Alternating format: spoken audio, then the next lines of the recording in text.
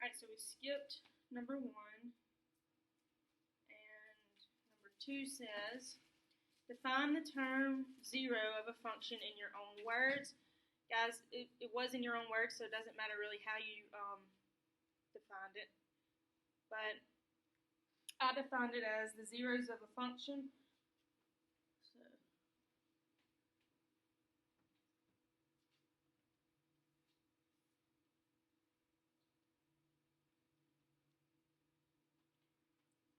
are the input values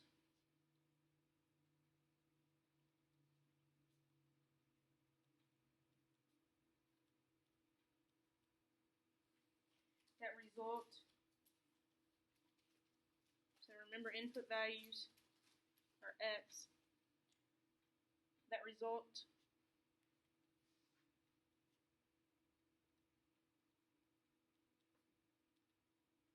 in output value. So if input's x, output has to be what? Y. The result in output values y or let's not write in, of 0.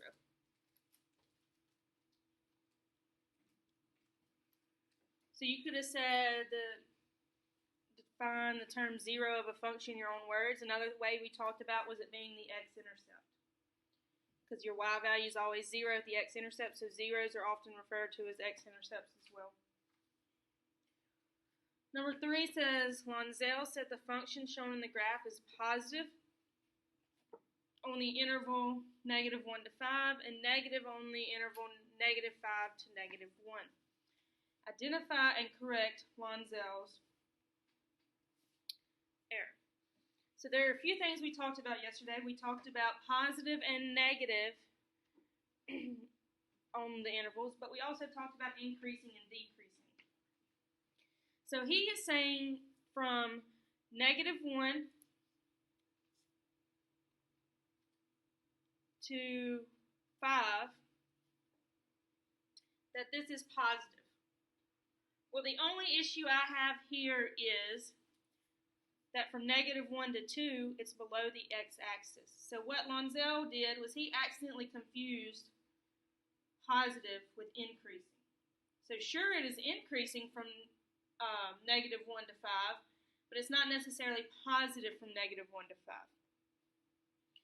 So increasing and positive are not necessarily the same thing. So for number 3, I wrote he confused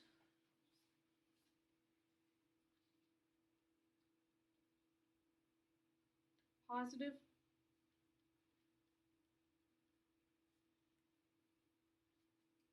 with increasing.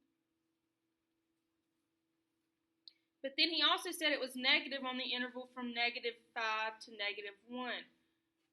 Well, it's not always negative because there's some above that x-axis, right? So what did he confuse negative with?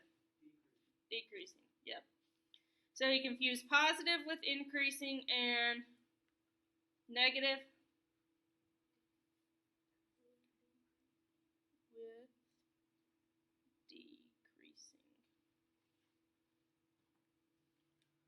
Then they tell us to identify and correct his error. So let's talk about positive. And let's talk about negative.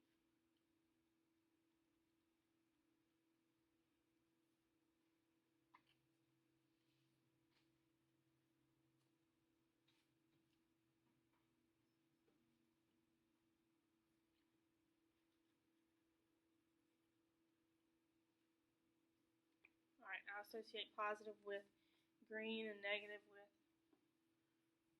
red usually. So for it to be positive, it has to be above our y-axis or x-axis, excuse me. So it's just positive from this arrow to the x-axis, right? Is there anywhere else it's positive? Yep, the other side, from 2 up, right? So we're going to say that it is positive. What does this arrow mean? What's it going to keep doing? It's going to keep going.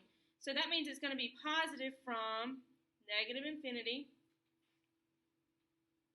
And what point is that? That would be at -4. 4, right? And it picks back up at positive 1, 2, right? Do y'all agree with that? And then what does this arrow tell me? It's going to keep going to infinity.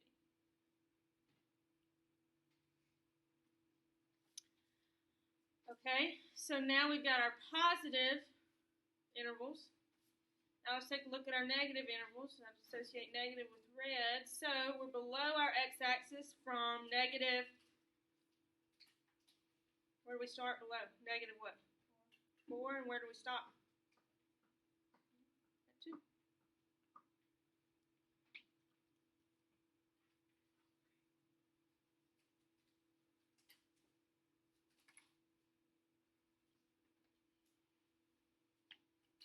there any questions about 2 or 3? I could see where it would be easy to do what he did and confuse positive with increasing or negative with decreasing. Just got to pay attention to that. All right, for numbers 4 through 11, what we're going to do is we are going to use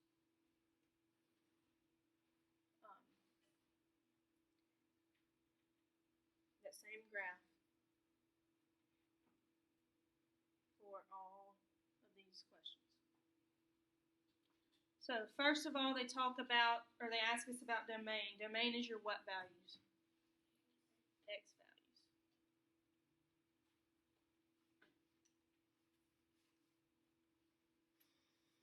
So I'm going to zoom in just so we can see it a little bit better.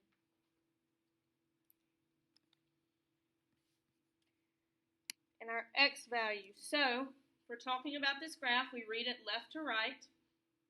So my first X value happens right here. What is that first X value? Negative 4. The open circle. We kind of talked about that a little bit yesterday. We can either have parentheses or a bracket. So what does the open circle tell us?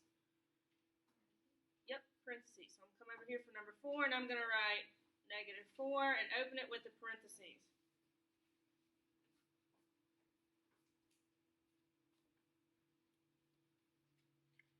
All right, I keep going. I don't have a break. I read this line left to right, and we don't end until we get to positive 4.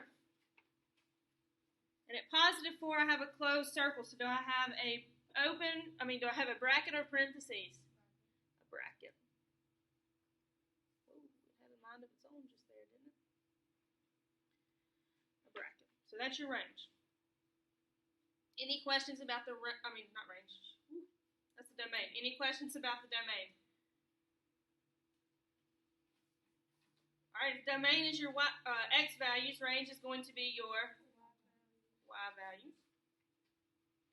So we're paying attention to our Y axis right here. So this is at negative 1 and negative 2. Do I have anything that touches right here at negative 2? Nope, so I go up to negative 1. Do I have any point that touches at negative 1? Yes, I do. I've got a point right here that touches at negative 1. Does it actually touch negative 1? Yes, it does. It actually touches it. So that means we will have a bracket.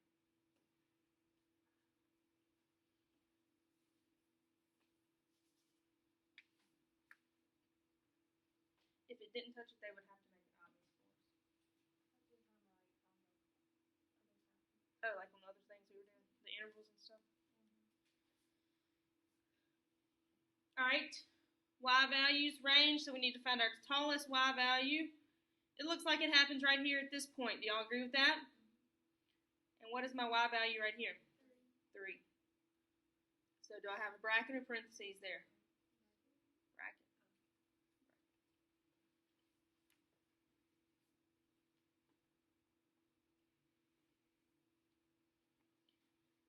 Next is your x-intercepts. X-intercepts cross where? Yep, on the x-axis. So how many x-intercepts do we have? 3. Let's see if I can get a different color maybe. All right, so I've got an x-intercept here, x-intercept here, and x-intercept here. Do y'all agree with those 3 points? Okay. So let's start from the left side. What is the first x-intercept I have? All right, negative 3, 0, or we could write it as x equals negative 3. It's the same if you write negative 3, 0. So if you want to kind of write that under there, you could. That way you see both the the x value and also it as an ordered pair. All right, so that's our first x-intercept. What's our second x-intercept? All right, negative 1, x equals negative 1, or if we wanted to, we could write it as negative 1, 0.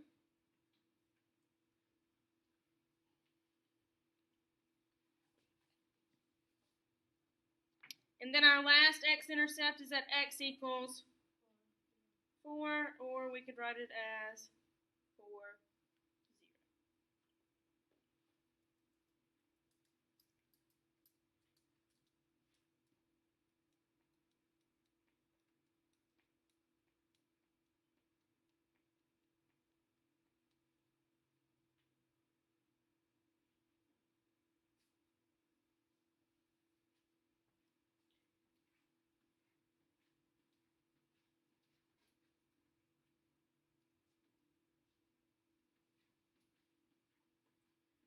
All right, number 7 asks us about our y-intercepts. How many y-intercepts do I have? There's only one time that it crosses this y-axis. It crosses it right here. What is my y value right there? 1. Y equals 1. If I wrote it as an ordered pair, how would I write it? 0, 1.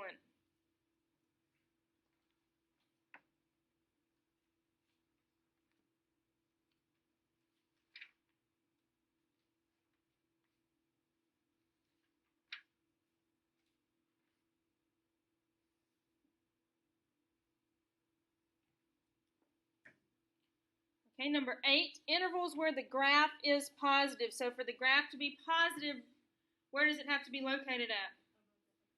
Above the x-axis. So it looks like it is positive here. We go below there. We're still below the x-axis. We go above and above. Do y'all agree with that part? Okay, so my intervals, do you notice there's not an arrow right there? So my first x value that I'm going to write for where my graph is positive.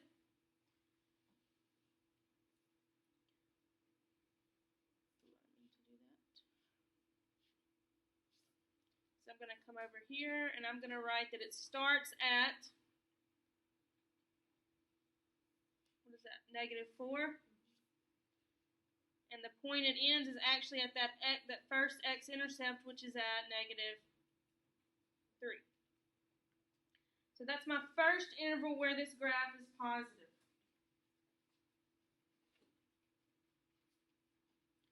My second interval where this graph is positive starts at negative 1 and ends at, what's that x value over there?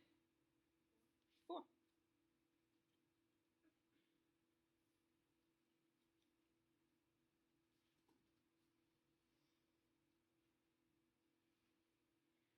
Intervals where the graph is decreasing, so you notice they didn't even ask us about the negative, right?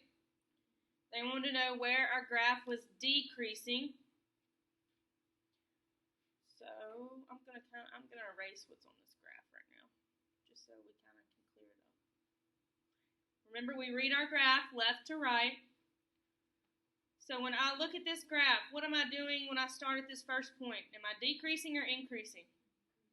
I'm decreasing. So I decrease from negative 4, and I stop decreasing here at this point, which is at negative 1. No, negative 2, right? Negative 2.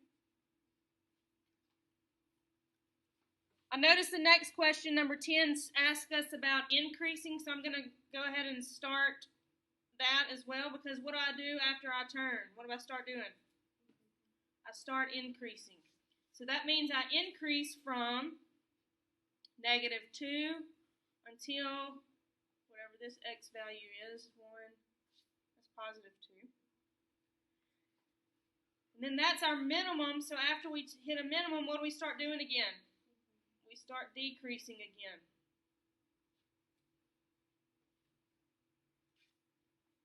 So that means I decrease from positive 2 to positive 4.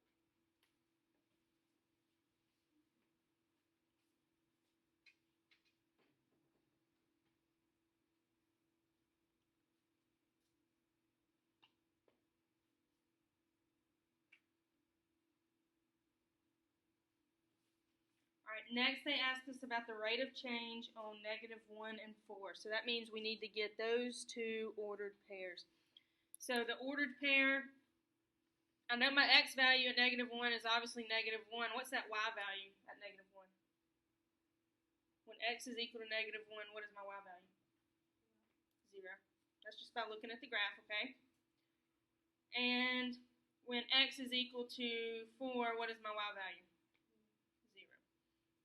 Those 2 points came from just looking right here. Negative 1, it was 0.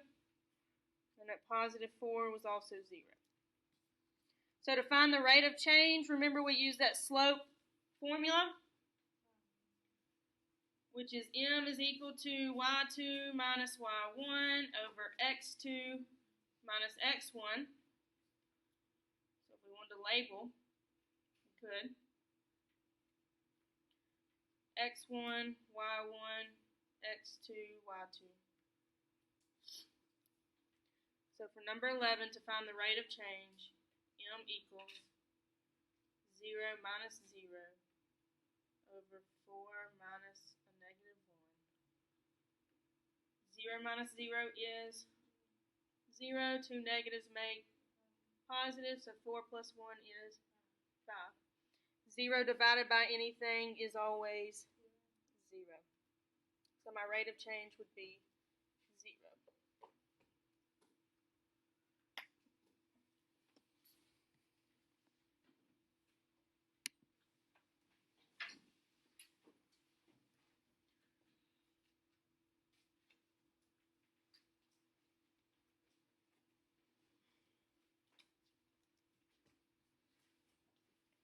All right, first one said graph the linear inequality. First thing I would do is I would kind of figure out what my slope was and what my y-intercept was. Looking at this equation, what do I know is my slope? 2. And what about my y-intercept? My y-intercept is negative 4, and if we want to see it as an ordered pair, it's 0, negative 4, correct? So you notice it's a linear inequality. So when it's a linear inequality is when we have to do some shading of our graphs. We either have to decide if it's a solid line or dashed line, but we'll do that towards the end. I'm just going to put my points on my graph for now. So first I found that first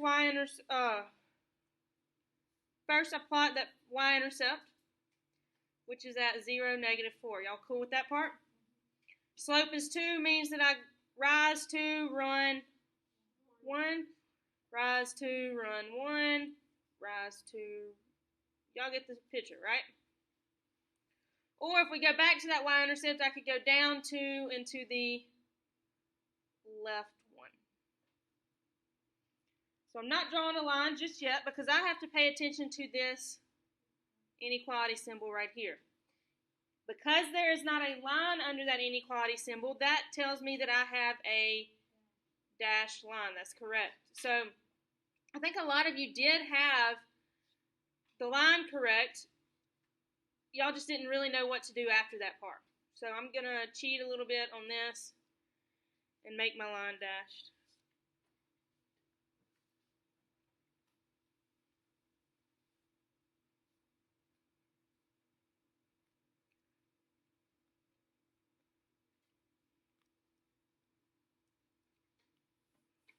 So not only do we have to worry about a solid line or a dashed line, we have to decide, do we need to shade above or below our line?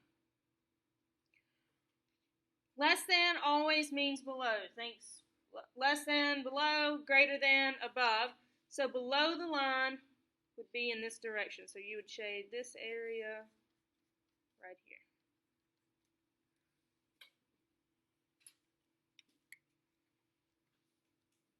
So that inequality told us dashed and below.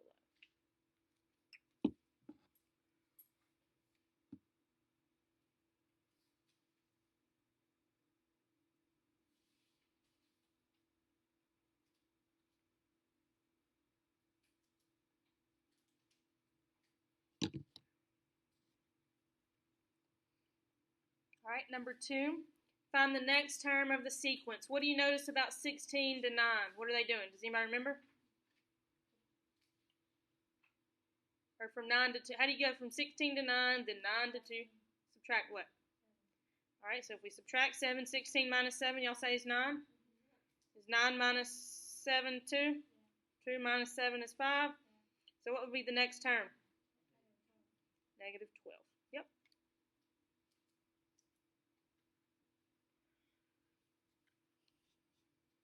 All right, the correct answer for number 3 was D.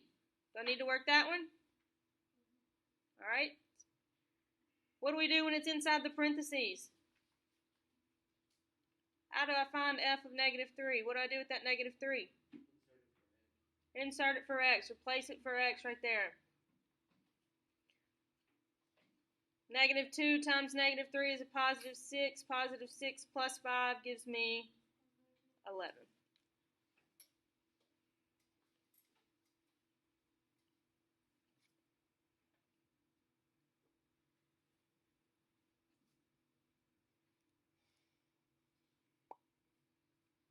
All right, number 4, evaluate this expression, the absolute value of 3x minus 1 for x is equal to negative 2.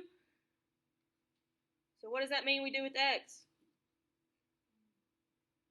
Do we plug it in? Yep, plug it in. Negative 2 times 3 is a negative 6, and negative 6 minus 1 is equal to negative 7. What's the absolute value of negative 7? Positive 7.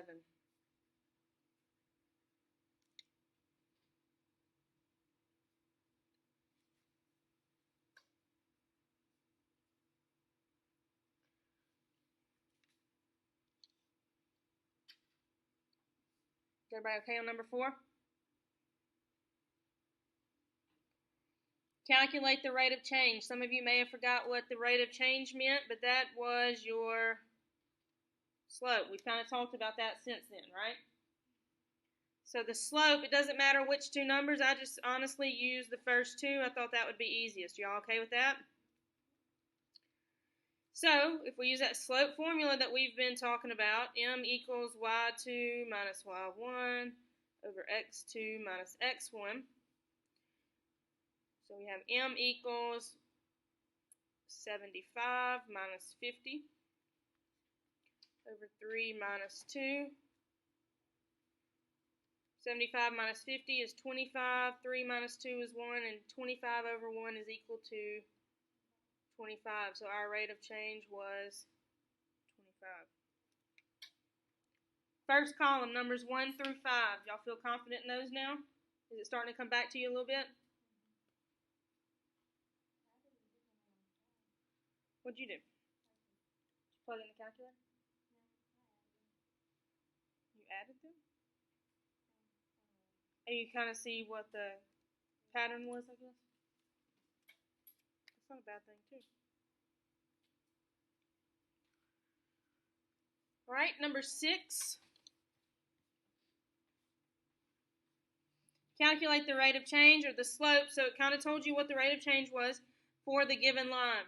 So you can find any 2 points. So I've got a point here, point here. Let's see, I've got another point here. Doesn't matter which one you use. I saw several of you drawing your little triangles. Does that help y'all sometimes? Yep. So look, if we draw our triangle, we rise 1, 2, 3, right?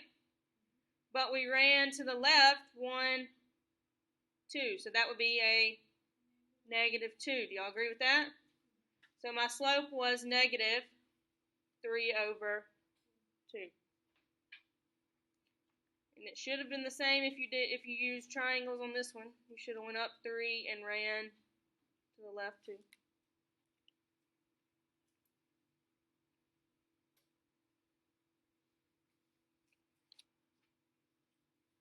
All right, number 7, where does the graph of the line y is equal to x minus 2 intersect the x-axis? A lot of y'all probably chose either C or D.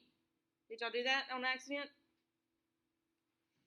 Because that's y'all were probably looking, if you did that, you were probably looking at this number right here, okay? But that's your y-intercept, so it intersects the y-axis. So in order for us to figure out where it intersects the x-axis, we have to let y equal 0. So if this is multiple choice, I automatically know that I can mark out this one and this one because y doesn't equal 0 for those two, right? So I'll say 0 equals x minus 2. Solve for x, so we would add 2 to both sides. And 2 equals x. So if x equals 2, it intersects the x-axis, yeah, that's right, at 2, 0.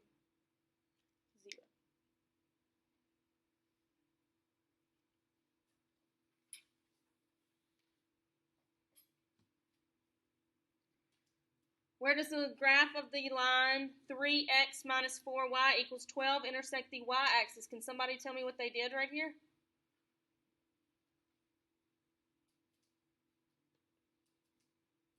Anybody work this problem? Okay, so Michaela started by subtracting 3 from both sides. You all okay with that? Negative 4y is equal to negative 3x plus 12. Is that what you got? Let me scroll it over. No, it won't let me. I'm out of room. All right, so that's supposed to be a 12. Do y'all understand that part? All right, then how do we get y by itself? Divide by negative 4, right? Negative 3 divided by negative 4 is a positive 3 over 4x. Positive 12 divided by negative 4 is a negative 3. Can we figure out where it intersects the y-axis yet?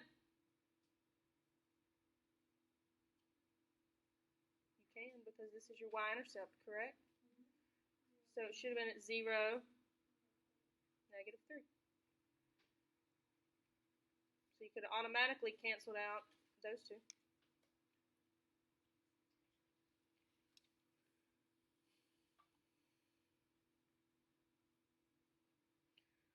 All right, which y values are represented on the graph below? So basically that's wanting you to look at the range is what they're asking you really. Which y values are represented on the graph below? So what's my smallest y value? Negative 3. And my largest y value is at positive 3, so your answer should have been A. I know these closed off circles, they didn't technically write it correct, but I know it's not D because it does include all of these values in between as well, right? So it couldn't have been D, and those are the only two that had negative 3 and 3. I guess because they didn't exactly ask you for the range is why the inequalities look like they do. All right, for items 10 and 11, use this graph. For what x values is the function decreasing? So to decrease means you're going what, up or down? Down. So I'm not going down, I'm going up from negative 4 to negative 2, correct? So I start going down at negative 2, but where do I stop going down at? At 1. Well, that was actually the only one that had a negative 2 in it, right? So we only decreased from negative 2 to 1. So now it asks us for where is the function positive. That's not the same as increasing. Remember, for it to be positive, where is it? Above the x-axis. So it looks like to me that we are positive from negative 5 until 0, right? All right, so is that an answer? Yeah, but it also told us to do what? Select all that apply. So that's one answer, but we are also positive again from this point up. That looks like to be at what? Not 3, but it would have to be 3.5. So For number 11, we should have chosen A and D.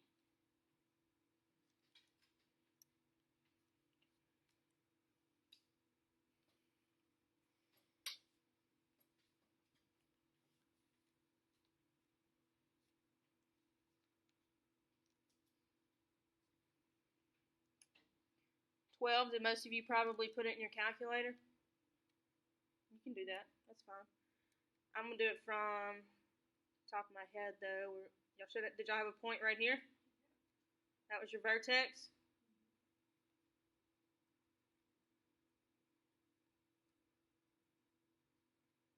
And so this was the only 5 points that you could put on there, right?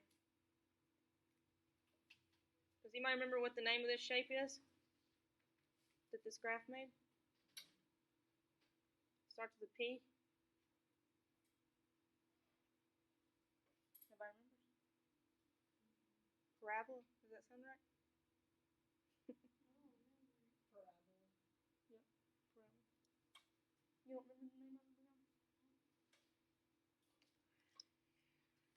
So we had a vertex at 0, -3. We had a point at 1, -2, -1, -2, and a point at 2, 1, and a point at -2, 1.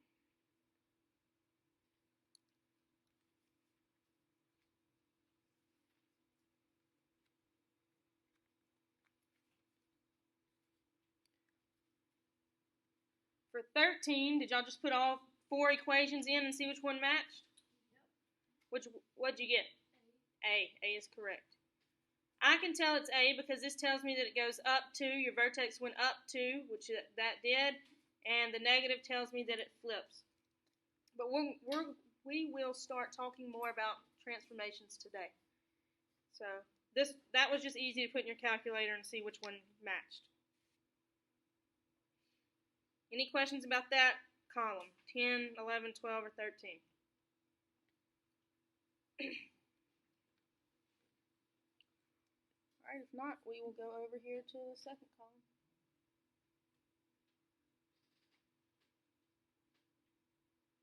Are y'all okay with me starting at 18 and working up? Maybe. All right, so what I did for 18 is I went ahead and solved for y, but you don't really have to do that. What you could have done is you could have just left it as it is and plugged in each equation. So you could have plugged in x and y into here, so we would have negative 1 minus 2 times -2. We need to know, is it greater than 3? You could put this whole thing in your calculator. That's a +1, +4. So that would be, is 5 greater than 3? Is that a true statement? Is 5 bigger than 3? Yep, so that's true. So A would be one of the answers. It did say to select all that apply. For B, could have done the same thing. We had -1 minus 2 times -2. We want to know, is it greater than 3? That's -1 plus 4, which is a +3. Is +3 greater, or is 3 greater than 3? No, it's equal to 3. So because it is not greater than, that means B cannot be an answer. For C, we would do the same thing. Plug them in.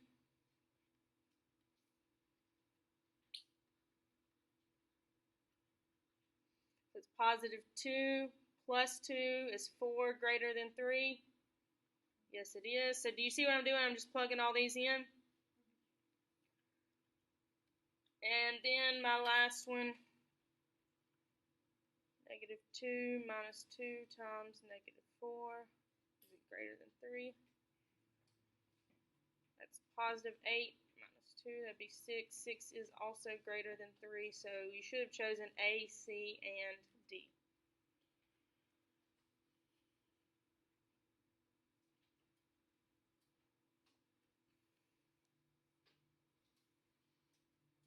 just plug and check. Does that make sense?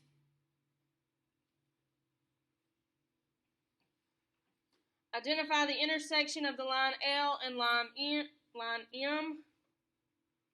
That's this point right here, right? What's that ordered pair? What? 1, 3. That's all you had to do there. Identify the intersection. Any questions about 17? 16. Which point is the solution to the equation x minus 2 squared? You could plug that in y equals actually, and then just see which one of these was an ordered pair on your table. Is that how y'all solved it? What'd you get? A. Does everybody agree with her? Is it A? I guess we could always plug it in and see.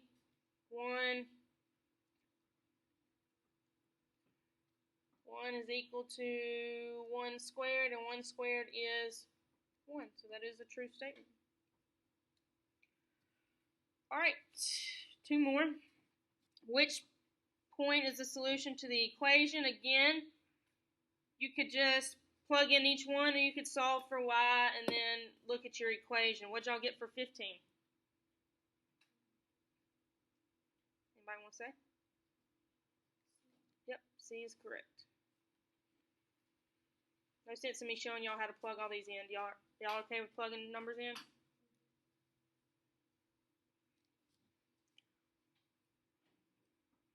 All right, and last one, my y-intercept is where? At 1. And my slope is negative 3 over 4. So I have to go down 3, right 4. Or I could go up 3 and left 4.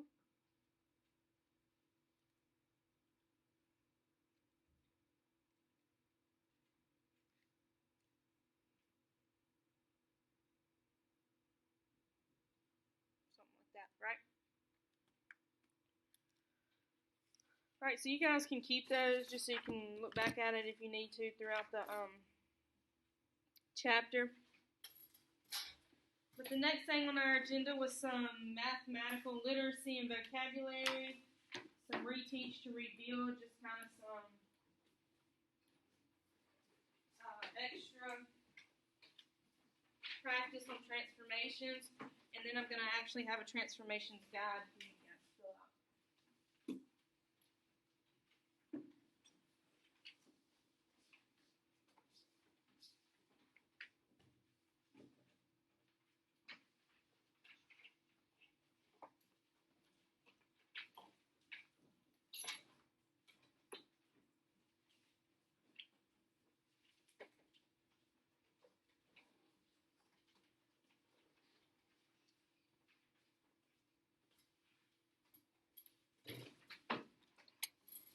Alright, instead of letting you try to guess on the vocab like I did last time, and then you probably had to correct some things, we're going to work it together. It says fill in the missing words from the concept list to complete the web diagram. So we got reflection, vertical translation, vertical compression, a f of x where a is greater than 1, f of x plus h, negative f of x, a of x, a f of x, where a is between 0 and 1. So, in this web diagram, they've got f of negative x. So what is actually going to go with f of negative x is going to be negative f of x.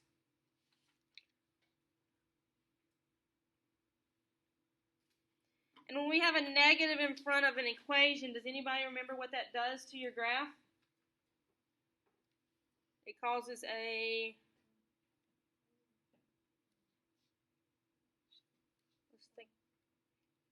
let's go back. We actually have a good example over here.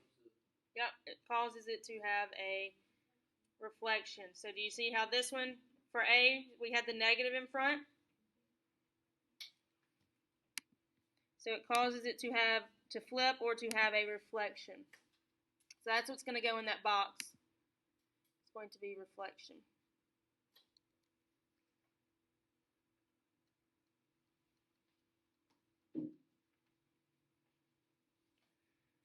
All right, if we have f of x plus c, what that does is that causes it to move up or down. So if you're moving up or down, that is called a vertical translation.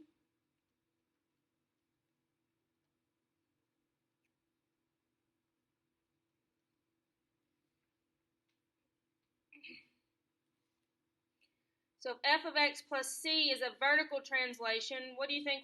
Which one do you think is a horizontal translation?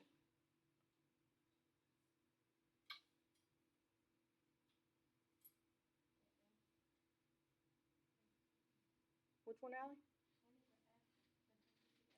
This one? Yep. F of x plus h.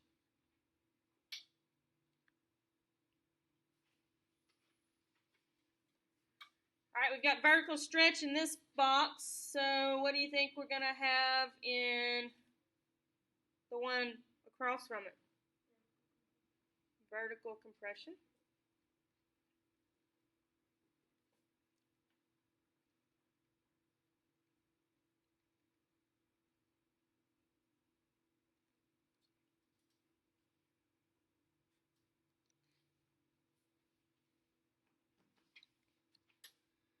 All right, this is where it sometimes gets confusing for you guys, so I'm just going to give you the answer for this one. I know I'm not going to run out of room to write, so I'm going to write a f of x,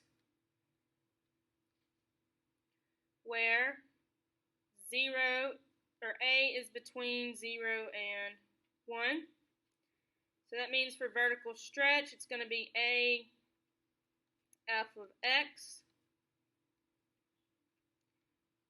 where a is greater than 1.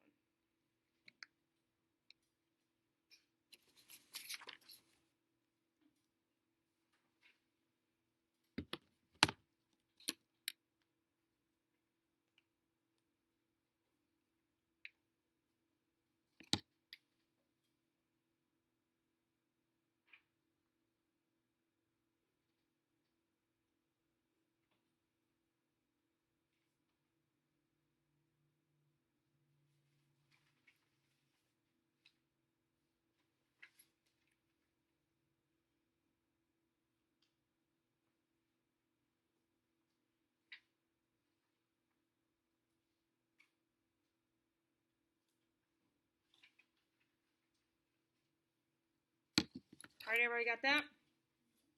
Let's flip it over to the next, or to the other side.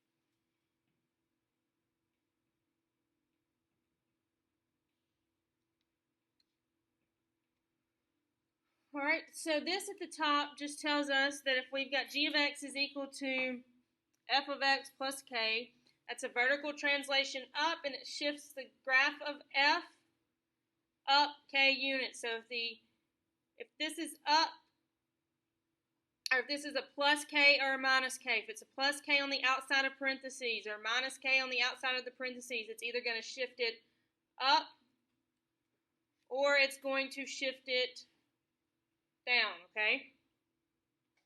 So if it's on the outside of the parentheses, it's going to shift it up or it's going to shift it down.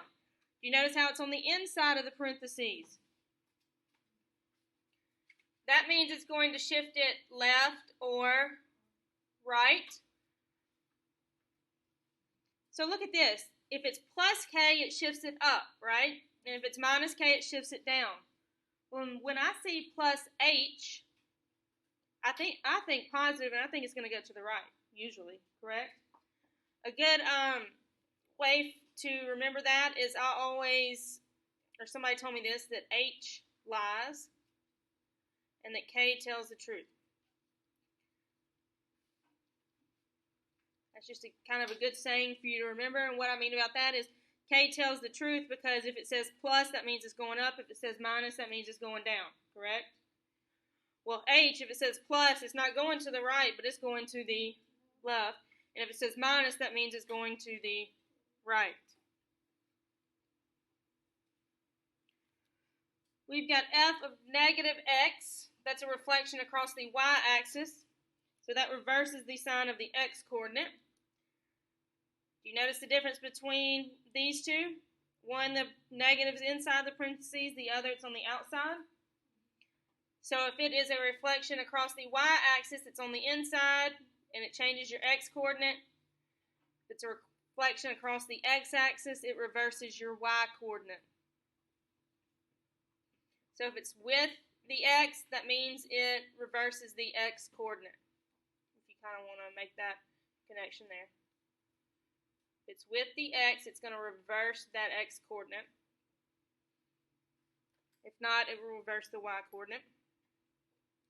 F of A of x, so A is in the inside of parentheses. That's a horizontal stretch or compression. And I'm going to be honest with you, we're not going to do a whole lot with that because you don't need that until you get to trig functions. And we probably won't get to that part. What I'm more concerned about is the A on the outside, which causes a vertical stretch or compression. And we talked about that vocab on the front page, okay? So I'm going to give you a few seconds to try to match up together just number 1. You don't have to do numbers 2 or 3 yet. I just want you to try to match together number 1 with what is on the top of the page, okay?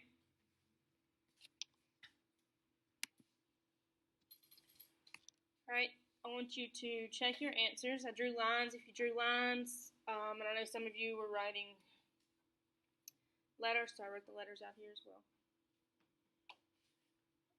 Let me know if there's any questions about why I got what I did for my answers.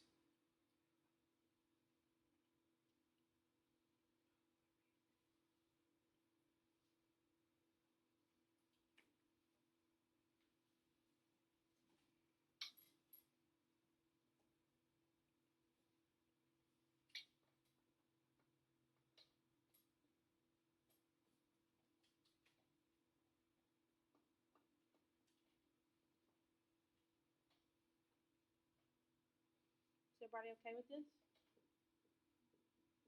Any questions?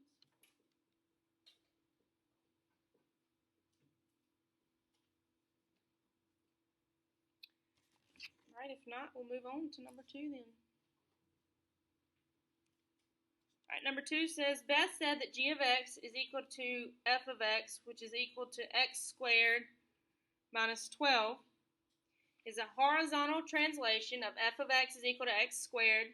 So if you see an equation like this, the parent function is just y is equal to x squared, or f of x is equal to x squared. So she says it's a horizontal translation of f of x is equal to x squared. Find and fix the errors and write the correct equation for a horizontal translation. So she's saying that because it is on the outside of parentheses that it should be a horizontal translation. But is that correct? No, what should she have said it was? A vertical translation. Which direction, up or down? Down. She should have said it was a vertical translation down. So that's my first sentence I'm going to write.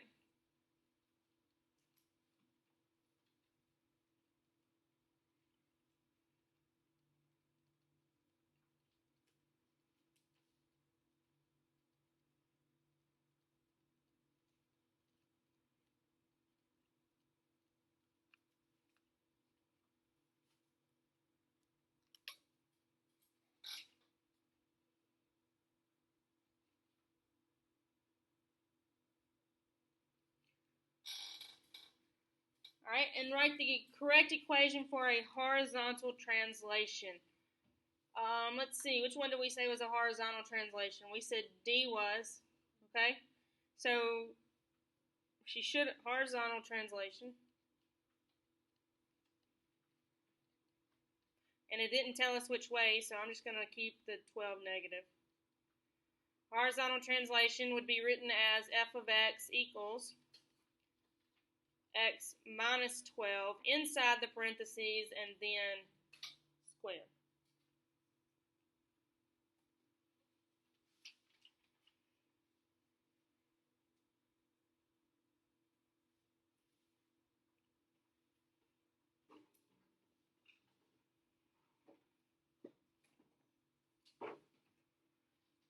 Right, and number 3 says use the parent function f of x is equal to x squared to fill in the blanks.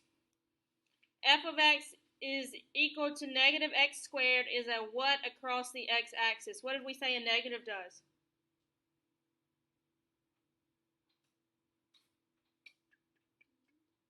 Does what? Look right here. We got a negative in front. What did we say it does? Reflects. So we can say reflection.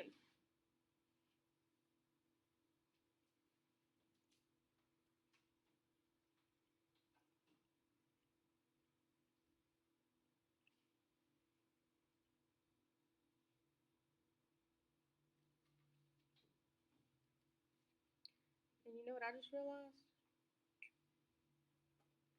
This should be like this.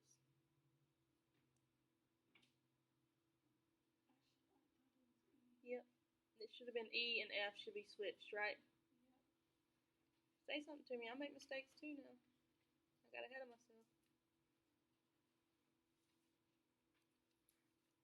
Sorry about that, guys. So this is E, right? And then this one's F. Okay, sorry about that. Y'all let me know if y'all catch something. Alright, f of x is equal to blank is a horizontal translation right by 3 units. So let's go up to the top. Horizontal translation right. Do you see what this sign should be? It should be negative, right? So, f of x is equal to, if we need to move it right 3 units, how do you think we would write that? X minus 3, and then this is a parent graph of a quadratic, so we should close our parentheses and square.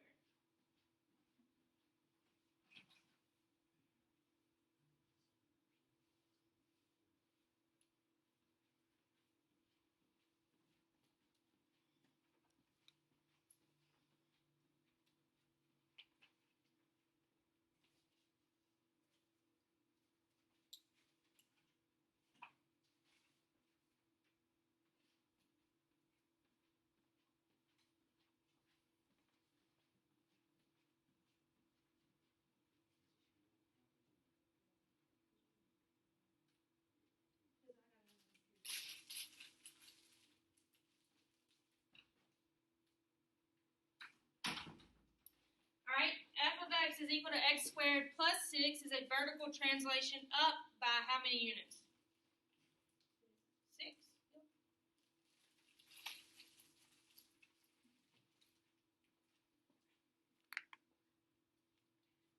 We got one more worksheet we're going to fill out. And it's just going to hopefully help you with stuff like that. We're going to take 2 days on this section. You notice we didn't even really do a whole lot in our book. We're going to take 2 days on this section. That way I know that you... Teachers, at this time, please release seniors to third block. Seniors, third block. Thank you. Well, I guess we will do this tomorrow then.